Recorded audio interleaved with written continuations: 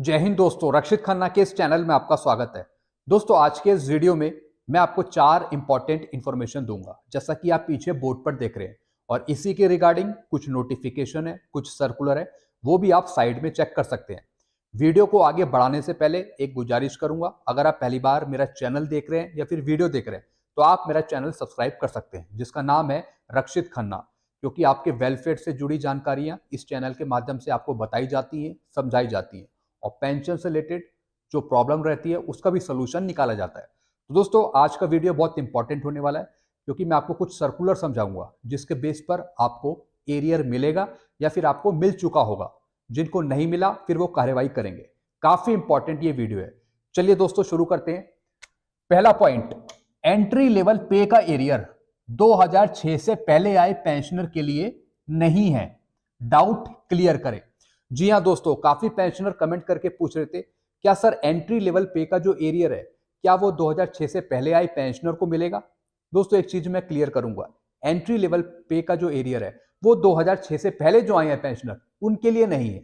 Entry level पे का arrear उनके लिए जो 2006 से पहले इनरोल हुए हैं, ज्वाइन हुए हैं, और वो 1-1-2006 को सिपाही थे, नायक थे, या फिर हवलदार थे, या फिर नायब सूबेदार थे, और 2006 के बाद वो रिटायर हुए हैं, उनको मिलेगा एंट्री लेवल पे का एरियर। तो दोस्तों, ये आपको बात क्लियर होगी होगी। 2006 से पहले जो आए हैं पेंशन, 2006 से पहले जो रिटायर हुए हैं, डिस्चार्ज हुए हैं, उनके लिए एंट्री लेवल पे का एरियर नहीं है। क्योंकि एंट्री लेवल पे जो आया था, वो जो चेंज हुई थी बेसिक, वो 1-1-2006 को हुई थी। तो 1-1-2006 से जो आपकी बेसिक चेंज हुई, तो दोस्तों उसके डिफरेंस का आपको एरियर है। अगर आपको उससे कम में फिक्स कर दिया तो दोस्तों जो भी इसका बेनिफिट है वो 1-1-2006 के बाद जो आए हैं पेंशन उनको मिलेगा।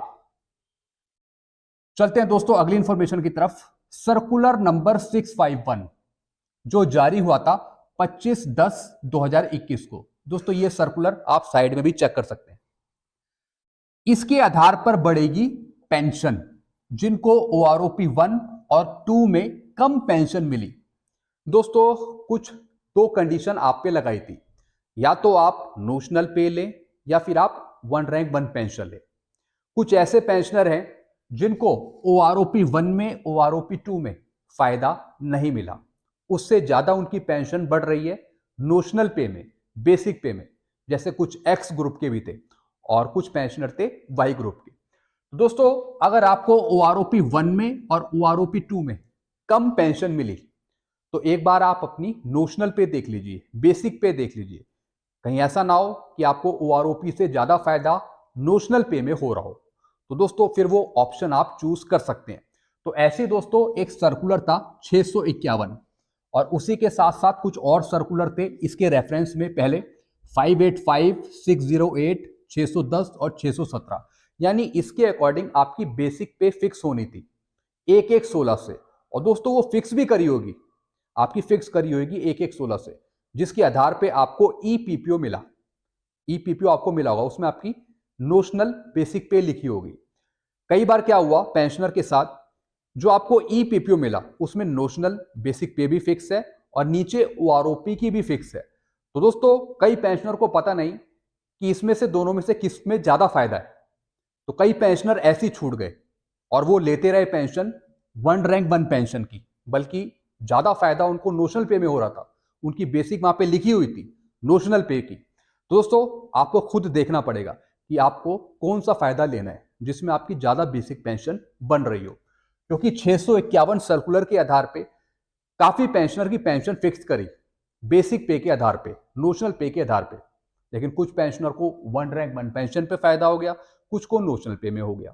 तो काफी पेंशनर ने नोशनल पे अपनी फिक्स करी, तो दोस्तों उसके आधार पे उनको वो फायदा मिला। तो एक बार आप भी चेक कर लीजिए कि आपके लिए नोशनल पे बेटर है या फिर 1 रैंक 1 पेंशन। और दोस्तों काफी पेंशनर की पेंशन 1 रैंक 1 पेंशन में ज्यादा मिली, इसलिए उनको इसका बेनिफिट दिया गया। कुछ पेंशनर हैं, सारे पेंशनर की बात नहीं कर रहा हूं, कुछ पेंशनर हैं जिनको OROP से ज्यादा फायदा नोशनल पे में हो रहा है, तो इसके सर्कुलर यहां पे लिखे हुए हैं, तो आप चेक कर सकते हैं। चलते हैं अगली इंफॉर्मेशन की तरफ। नोशनल इंक्रीमेंट का फायदा सभी को, सिपाही से लेके मेजर जनरल तक। जैसा आपको पता है इसकी डिमांड अभी भारत सरकार के पास पड़ी है, यानी जो जून में रिटायर हुए उनको जुलाई का इंक्रीमेंट देने के लिए, जो दिसंबर में रिटायर हुए उनको जनवरी का इंक्रीमेंट देने के लिए। दोस्तों ये फाइनल हो जाएगा भारत सरकार के पास से। थोड़ा सा यहां पे टाइम लगेगा, लेकिन ये फाइनल हो जाएगा भारत सरकार के पास से। तो इसमें हर एक रैंक को फायदा होगा, यानी सिपाही से लेके मेजर जनरल तक। और दोस्तों इसमें अगर हम एक इंक्रीमेंट का फायदा देखें तो लगभग 450 से 1500 रुपए तक का है, अगर एक इंक्रीमेंट यहां पे दिया जाता है। तो भारत सरकार जल्द लेगी इस पे फैसला, हो सकता है कुछ महीनों में यहां पे फैसला ले ले, क्योंकि दोस्तों सब कुछ सेटल है। कोर्ट के ऑर्डर, एएफटी के ऑर्डर, सुप्रीम कोर्ट के ऑर्डर सब पेंशनर के फेवर में। बस एक लेटर चाहिए जो भारत सरकार निकालेगी और फिर हर एक पेंशनर को उसका फायदा मिलेगा। तो दोस्तों इसका फायदा मिलेगा कैसे? इसका फायदा मिलेगा रिटायरमेंट के बाद, यानी जब आप रिटायर हुए हो तो उसके बाद आपको पूरा एरियर मिलेगा अब तक का, एक इंक्रीमेंट लगा के। फैमिली पेंशनर को भी इसका फायदा मिलेगा। जो फैमिली पेंशनर है जिनके हस्बैंड डेथ हो गई है, तो उन फैमिली पेंशनर को भी इसका फायदा मिल सकेगा।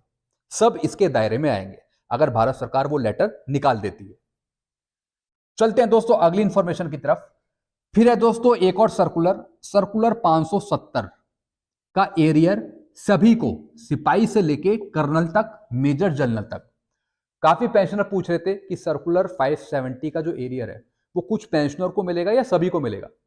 हर एक रैंक को मिलेगा, चाहे वो सिपाही हो, चाहे वो लेफ्टिनेंट कर्नल हो या फिर मेजर जनरल हो, हर एक रैंक को उसका फायदा मिलेगा। दोस्तों मैंने एक टेबल बना रखी है, ये टेबल आप समझिए, ये टेबल बहुत ही इंपॉर्टेंट है आपके लिए समझने के लिए। सर्कुलर 570 का एरियर हर एक रैंक को मिलेगा, ये आपने समझ लिया। ये एरियर है सिर्फ 10 से 11 महीने का, 10 से 11 महीने का ये एरियर है। तो दोस्तों ये 570 का एरियर है क्या? ये है आपका 1/1/16 से पहले आए जो पेंशन, उनके लिए 1/1/16 से जो पहले आए हैं। जैसे 31/12/2015 तक अगर हम OROP 1 की पेंशन ले तो 6665 इसका 2.57, जो 1/1/16 से हो गई 17,130। ऐसी नायक की हो गई 1/1/16 से 18,427। ऐसी हवलदार की हो गई 20,067।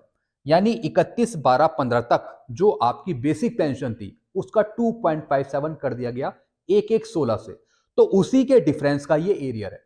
जैसे दोस्तों एक नायक का एरियर था 24,575, ये 570 का एरियर है। आप 2016 में चेक कर सकते हैं, या तो आप अक्टूबर, नवंबर, दिसंबर के महीने में चेक कर सकते हैं 2016 में। इसमें एरियर मिला है 570 का, लगभग 10 से 11 महीने का, जैसा मैंने आपको बताया। ऐसे दोस्तों हवलदार का 30 से 34,000 के लगभग एरियर है, 34 से 35,000 तक का। ऐसे दोस्तों हर एक रैंक का है, ऑनरी नैब सूबेदार, फिर सूबेदार major, honorary lieutenant, honorary captain. यानी जो आपकी OROP 1 में बेसिक पेंशन थी, आप उसे मान के चलिए 31/12/2015 तक, ये आपकी बेसिक पेंशन थी। जब 7 CPC आया तो फिर आपका 2.57 कर दिया, इसी बेसिक पेंशन का 2.57 किया। तो दोस्तों जो 2.57 किया 1/1/16 से, और जो पहले आपकी पेंशन थी 31/12/15 तक, तो उसके डिफरेंस का ये पूरा एरियर है। और दोस्तों इस पे DR भी इंक्लूड है उस टाइम का। तो इस तरीके से आपका पूरा ये कैलकुलेट होगा एरियर। हर एक रैंक को इसमें फायदा है। अगर आपको नहीं मिला तो फिर आप कार्रवाई कर सकते हैं अपने लेवल पे, या फिर CP ग्राम के थ्रू शिकायत डाल सकते हैं। तो दोस्तों ये कुछ जानकारियां थी जो मैंने आपको समझाई। आई होप सारी चीजें आप समझ गए होंगे। एक और चीज मैं आपको समझाऊंगा, जो भी आपका डिफरेंस है, यानी 31/12/2015 तक और 1/1/16 से, यानी पुरानी बेसिक पेंशन और फिर 1/1/16 से जो आपकी हुई बेसिक पेंशन, उसके डिफरेंस का जो एरियर है, जिसका ज्यादा डिफरेंस होगा उसको ज्यादा एरियर मिलेगा, जिसका कम डिफरेंस होगा उसको कम एरियर मिलेगा। ये दोस्तों फॉर्मूला है, जिसका ज्यादा डिफरेंस उसको ज्यादा एरियर, जिसका कम डिफरेंस उसको कम एरियर। तो दोस्तों ये कुछ इंफॉर्मेशन थी जो मैंने आपको समझाई। आई होप सारी चीजें आप अच्छे से समझ गए होंगे। तो दोस्तों ऐसे ही मैं आपके वेलफेयर से जुड़ी जानकारियां लाता रहता हूं आपको समझाने के लिए, ताकि आपको किसी प्रकार का नुकसान ना हो। तो दोस्तों अगर आपको वीडियो अच्छे लगते हैं तो आप मेरे चैनल को सब्सक्राइब कर सकते हैं, जिसका नाम है रक्षित खन्ना, और वीडियो को आप शेयर करते रहिए, लाइक करते रहिए। तब तक के लिए दोस्तों मैं वीडियो यही एंड करता हूं। खुश रहिए, मुस्कुराते रहिए। Thank you so much.